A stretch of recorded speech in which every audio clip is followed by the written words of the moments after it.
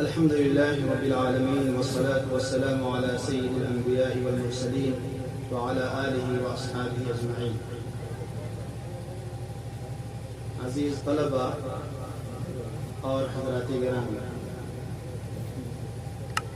یہ آج کا پروگرام خاص طور پر اس مقصد کے لیے منعقد کیا گیا ہے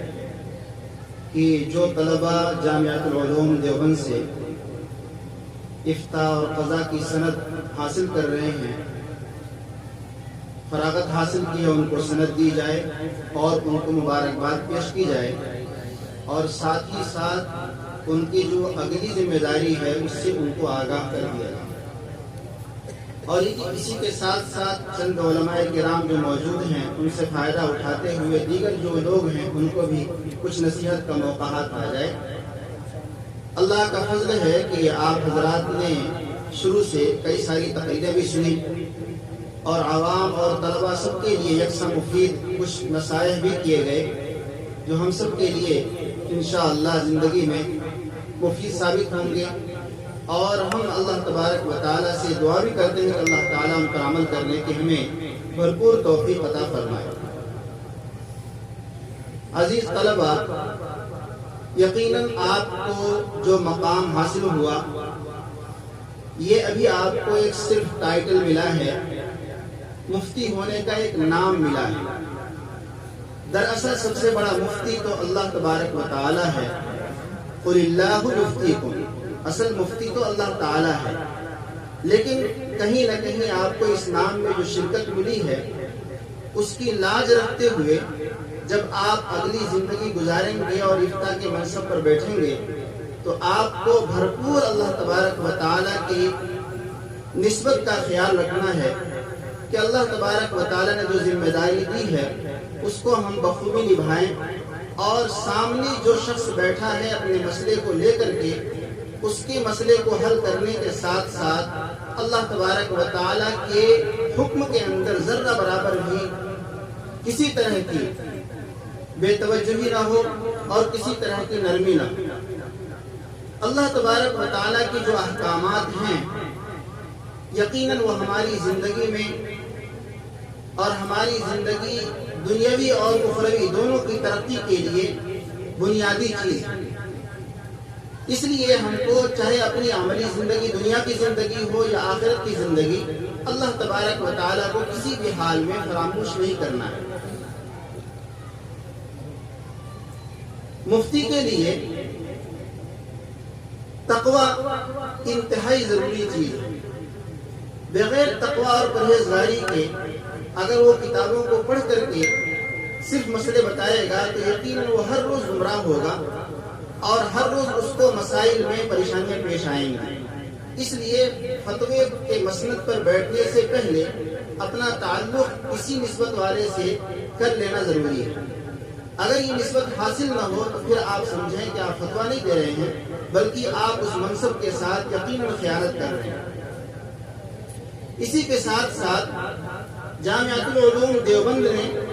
جو اگلا قدم ابھی اٹھایا ہے، جیسا کہ آپ نے سنا کہ 12ویں تک کی کلاسز کا نظم کیا گیا ہے جس میں حفظ کے ساتھ اور عربی درجات کے ساتھ ساتھ انگلش کا بھی نظم کیا گیا ہے.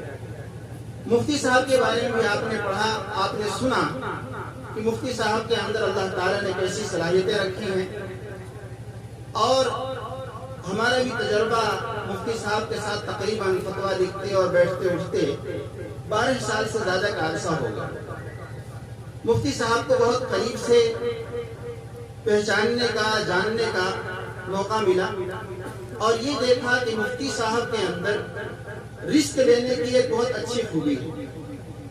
وہ معاملے کو بہت زیادہ لمبا نہیں سوچتے ہیں، جو کام کرنا ہے اس کو فوری طور پر شروع کر کے پھر آگے جو ہے اس کی خود بخود ساری پلاننگ کر لیتے ہیں. اگر آپ ان کو مدرسے میں دیکھا، جب ان کو محتم بنایا گیا تو ایسا لگا کہ جیسے اہتمام کے تمام رموز و اوقاف سے واقف ہیں.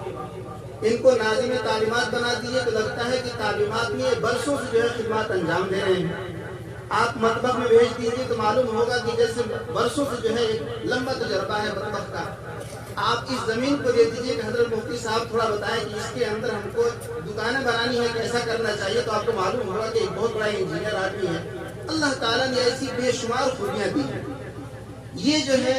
صرف ایسا نہیں کہ ایک منصوبہ بنا لیا کہ ہم جو 5 سالہ اور 6 سالہ کورس شروع کرتے ہیں بس کورس چلے گا اور اس کا کوئی فائدہ نہ، نہیں، اس کے نتائج کیا ہوں گے، اور 5 سال کے بعد 10 سال کے بعد بچوں کو کیسے لے کے چلنا ہے، بچوں کے کھانے کا کیا نظم ہوگا، اور 5 سال کے اندر جو بچے ہمارے چھوٹے یا بڑے جو بھی رہیں گے ان کے کھانے پینے کا نظم کیسا ہوگا، ان کے رہنے کا نظم کیسا ہوگا، ان کا ناشتہ کیسا ہوگا، اور پھر یہ 5 سال کے بعد ہم ان کو کس لیول پر دیکھنا چاہتے ہیں، اگر اس لیول پر کچھ کمی رہ گئی تو ان کو پھر کیا کرنا ہوگا۔ یہ تمام چیزیں مفتی صاحب نے ہمارے سامنے بیان کیے، اور اس میں سمجھیے کہ ہم کو لگتا تھا کہ مفتی صاحب انگلش جانتے نہیں اور ان سب چیزوں سے واقف نہیں ہے، پھر کیسے کر لیں گے، لیکن جب انہوں نے وضاحت کی ہمارے سامنے تو ایسا لگا کہ جیسے یہ بہت بڑے کہیں کے پروفیسر ہیں اور انہوں نے پی ایچ ڈی اور ساری ڈگریاں حاصل کر لی ہیں۔ اللہ تبارک و تعالیٰ نے یہ خوبی دی ہے، ہمیں اعتماد ہے، اور میں سمجھتا ہوں آپ کو بھی اعتماد کرنا چاہیے کہ جو انہوں نے قدم اٹھایا ہے 5 سالہ اور 12 جو 12 کا، انشاءاللہ اس میں بھی بھرپور کامیابی حاصل ہوگی، اور جس طرح سے یہاں کے طلبہ افطار اور قضا سے فراغت حاصل کرنے کے بعد ہندوستان کے کونے کونے میں پہنچ کر کے مفتی صاحب سے برابر رابطے میں رہتے ہیں، اور جو ان کے سامنے مسائل پیش آتے ہیں اس کو مفتی صاحب سے رابطہ بھی کرتے ہیں، جس طرح انہوں نے ان تمام سینکڑوں طلبہ کا ہاتھ تھاما ہوا ہے، ان کو نہیں چھوڑا، اسی طرح سے آپ کے طلبہ، آپ کے بچے جو ان کے پاس رہیں گے، ان کی امانت میں رہیں گے، آپ یقین کریں، مجھے یقین ہے کہ انشاءاللہ ان کے ساتھ کوئی خیانت نہیں ہوگی، اور ان کی بھرپور یہ جامعۃ العلوم ان کی مدد کرے گا۔ اگر کوئی کمزور ہے تو اللہ تعالیٰ سے دعا کریں گے کہ اللہ تعالیٰ اس کا بھی انتظام فرمائے۔ اللہ تعالیٰ ہم سب کو اور آپ سب لوگوں کو، مفتی صاحب کو بھی اپنے دین کی خدمت کے لیے قبول فرمائے، اور جامعۃ العلوم دیوبند کو خوب خوب ترقی عطا فرمائے۔ وآخر دعوانا الحمدللہ رب العالمین۔